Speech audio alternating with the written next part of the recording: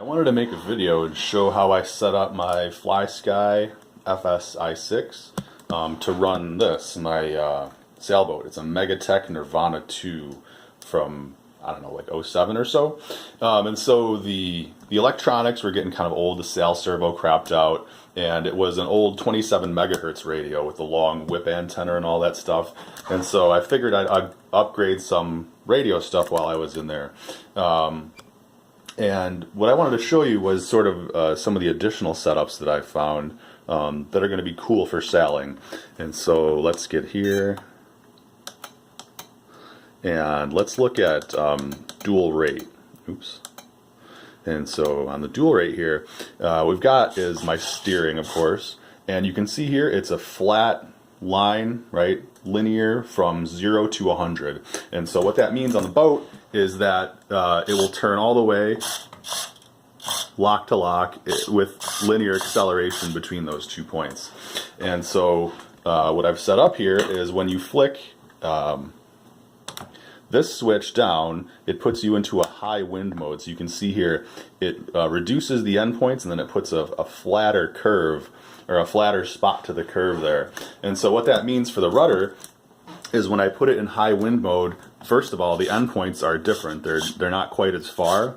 And also in the middle here, I have a lot more granularity and control of the rudder. It basically dulls the rudder response. So we'll put it back into regular mode. And you can see through that same vector on the stick, I'm getting a lot more turning.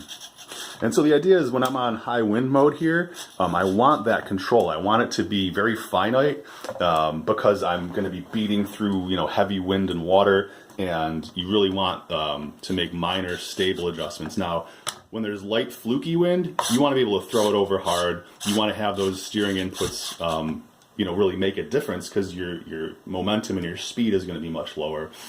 So that's the rudder, and I've done a similar thing here. Back out and go to the throttle curve.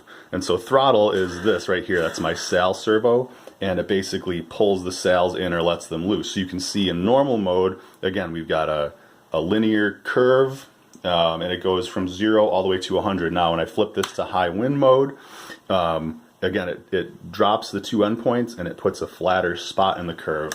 And so what this means for the sail is similar to the rudder, right? Here is the sail servo.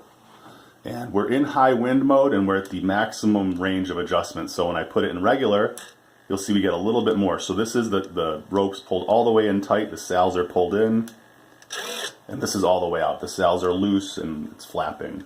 So again, that's regular mode.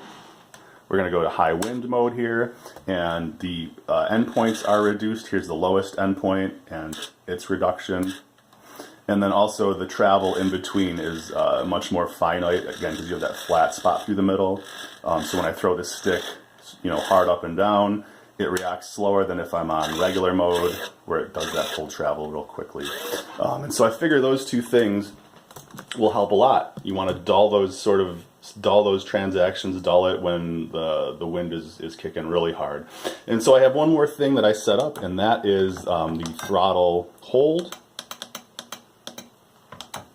and value 100, and that's basically this switch right here. And what that will do is it will dump the sails. So at whatever point of sail you're at, let's say I'm here and I want to release the sails, I'll just flick this switch down and it'll dump the sails and you'll stop all forward movement. Unless you're headed downwind, that's another usage for this. It could be your downwind switch. So as you're pointing downwind, if you want to let the sails fully out to go wing and wing, you can do that. So you would sort of make your move, and at whatever point of sail you were at, you would just drop it and head downwind. And likewise, when you're done heading downwind, you could just sort of come about, flip that switch back up, and it would pull you right back into whatever point of sail you were at. So yeah, it could be like a downwind button too. So those are some of the additional setups that I found with the Flysky i6 here, fs-i6, which I think are going to be really cool for sailing. And I get the increased range, and this only takes 4 batteries instead of 8. So lots of wins there. I'm very happy with this purchase.